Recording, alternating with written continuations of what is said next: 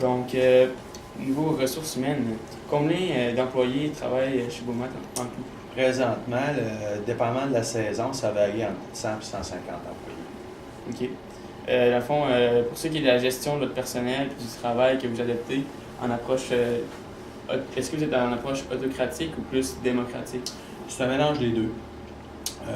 Dépendamment des départements, dépendamment des situations, des fois on peut gérer des situations qui sont délicates, on peut gérer des fois des crises dans différents départements.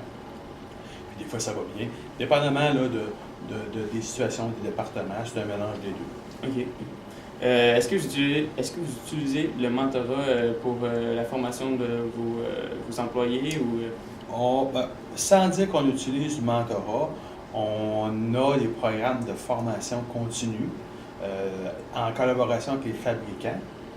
Mais on a aussi, dans notre département RH, on a aussi une personne dédiée à faire du coaching personnel d'individus, encore là, dépendamment des situations. Quels sont les avantages sociaux à travailler chez Beaumat? On offre un ensemble d'avantages sociaux, qui est supérieur aux normes du travail, que ce soit au niveau des vacances, des assurances groupes que l'employeur fournit, ainsi que plein d'autres petites choses comme ça. C'est supérieur.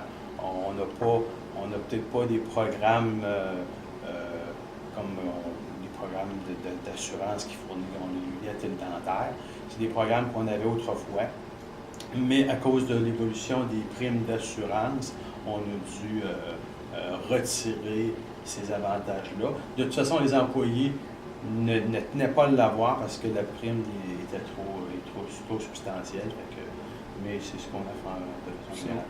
Selon vous, c'est quoi qui motive vos employés à travailler au sein de votre entreprise? Je pense que c'est une entreprise qui est dynamique et puis c'est une entreprise qui a un certain rayonnement à Québec.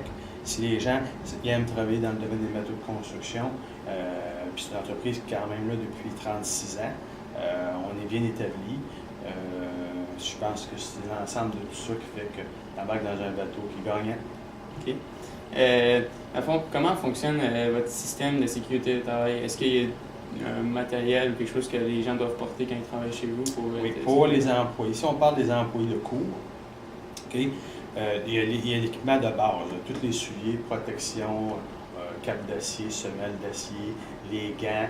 Lorsqu'ils utilisent la machinerie, ça prend des lunettes. Pour ce qui est des chauffeurs de camions, quand ils vont sur les chantiers de construction, ils ont tous les casques, les dossards, bref, tous les équipements de sécurité qui est exigé sur les chantiers de construction. OK.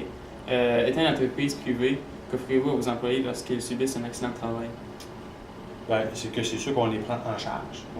On a une mutuelle aussi, là, qui, dépendamment du type d'accident, écoute, nous autres, on suit l'employé qui est blessé.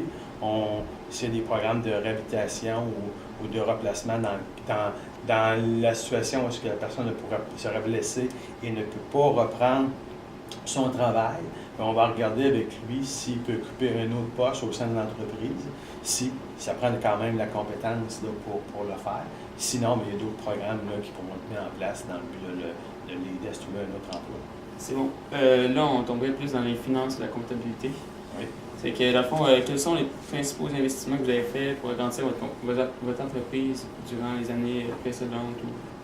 Ce qu'on a fait depuis les 5 dernières années, vu qu'on avait un problème d'espace, les entreprises adjacentes à la nôtre, les bâtiments sont tombés à vente, donc on a acheté les voisins de gauche, les voisins de droite et les voisins en face. On a comme quadruplé la grandeur de la cour à bois en achetant tous les voisins alentour, qui va nous permettre là, plus tard, si on veut agrandir les bâtiments, on va avoir la capacité d'agrandir. C'est ce qu'on a fait principalement les dernières années. Pourquoi vous avez décidé de faire une entreprise qui est gérée par 4, ça peut dire, patrons?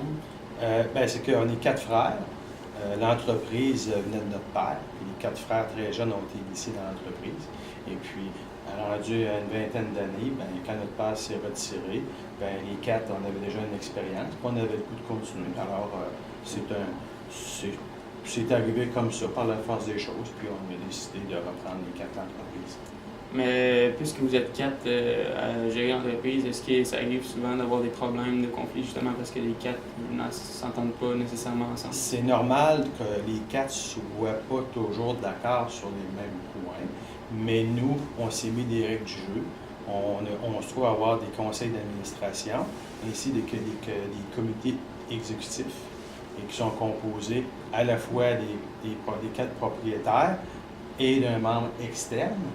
Puis, dans d'autres comités, il y a d'autres directeurs qui se joignent à nous pour d'autres types de décisions. Mais nous, quand c'est le temps de prendre une décision, c'est important que les 4 soient unanimes. S'il y en a un qui n'est pas d'accord, on va continuer à discuter jusqu'à temps que le 4e soit d'accord. Ça prend des décisions à l'unanimité. C'est bon.